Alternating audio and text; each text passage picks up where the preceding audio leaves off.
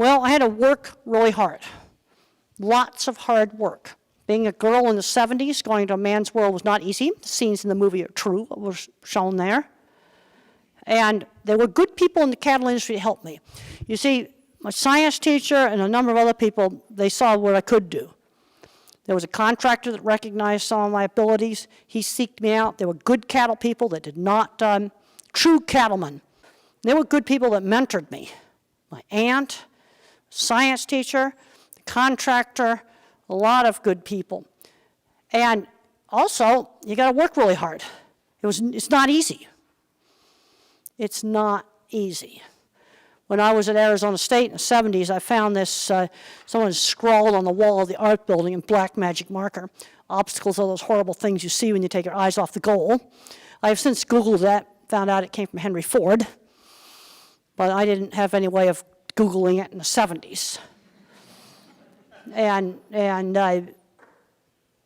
you see, they got to work at it. There's a tendency to coddle these kids.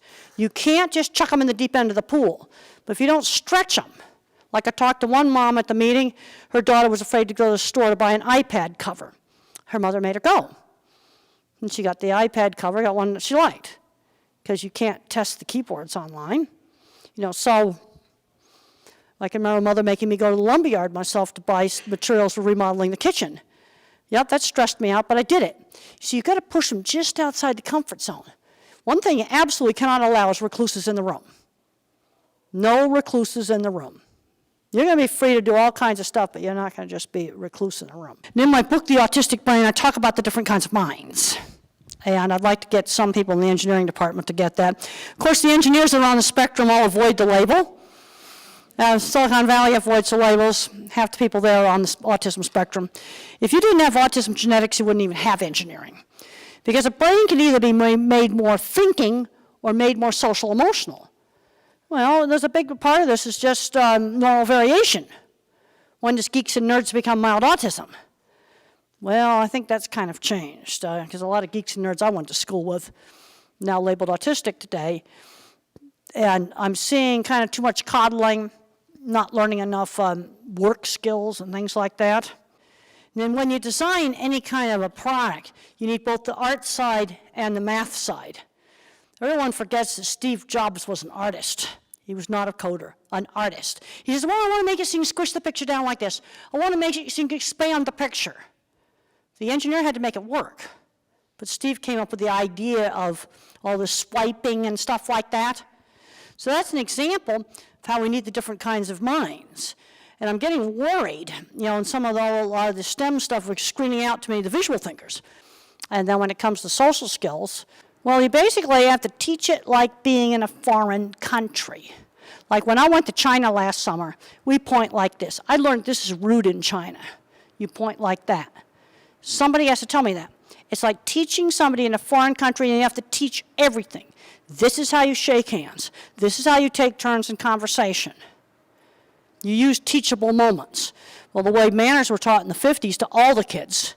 Well, if I stirred my drink with my finger, mother didn't scream no, she said use the spoon. Give the instruction. Use the teachable moments.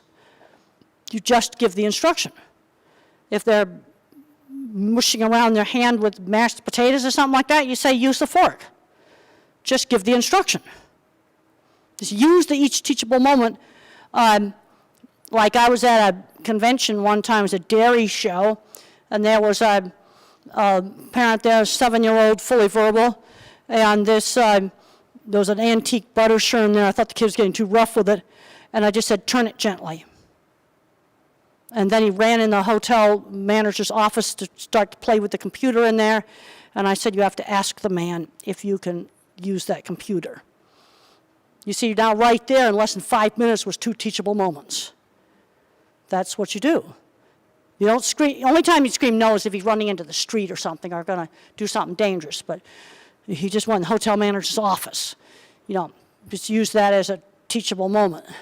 Well, some of the social story stuff can be good. And one thing where a video would have helped me would be to go back and, like a coach coaching an actor in a play, to go back and critique some of my social interactions on a video. That would have been very useful. And then I have a book on the unwritten social skills. A lot of counselors really like that book. I did it with Sean Barron, and we have things where we're the same, things where we're different. But then after you play these videos back, then you'd be there with the counselor and you critique it, just like, so I'm not against using the videos, but then you're there with it and you say, no, you kind of interrupted there, or you did this, you need to work on this. And you just coach it like for a foreign country. Well, maybe you can critique it themselves, but also there's things where you need somebody who's an expert in social helping them critique it. Sometimes you just need to tell them you did this wrong. If I was coaching somebody how to act in a play, I would tell them how to be the character. I can't just let them do it themselves, they don't know. They got to learn how to act in the play of social. They got to learn that. See, it's learned intellectually. Well, one of the things that helped me with peers was through shared interests.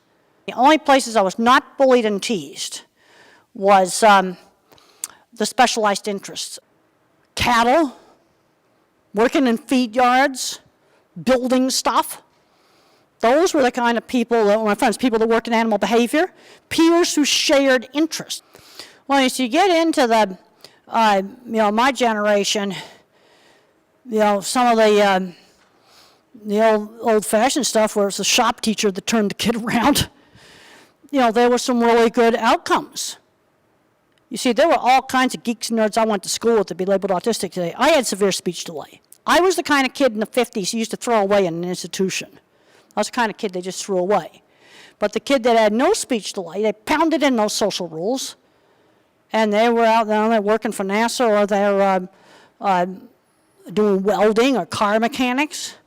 We got to, see, as a visual thinker, I don't get hung up on the labels. So I go and I put on NASA TV, NASA television. I see a geeky kid there, look like he's like 16. Yeah, he's running some big fancy machine tool. And then I see the same kind of kid at an autism meeting who's addicted to video games, to the same geek. That's what makes me totally crazy. All right, but let's start out. We have to replace the video game with something. You can't just replace it with nothing. So let's start, see if a car fixing bug will bite. Find something else. I talked to one family, their son loved to work on greenhouse controls. As long as he was out doing that, he could put the video games aside. See, we got to find something to replace the video games with. So let's see if a skilled trade bug is going to bite, a programming bug is going to bite, something can turn into a job. And then we gradually cut down on the games. And you also might have to do a little Prozac to mellow them out. Just a little bit of Prozac, because one of the reasons they play all those video games is it calms anxiety. Now, I want to emphasize the skilled trades aren't for everybody.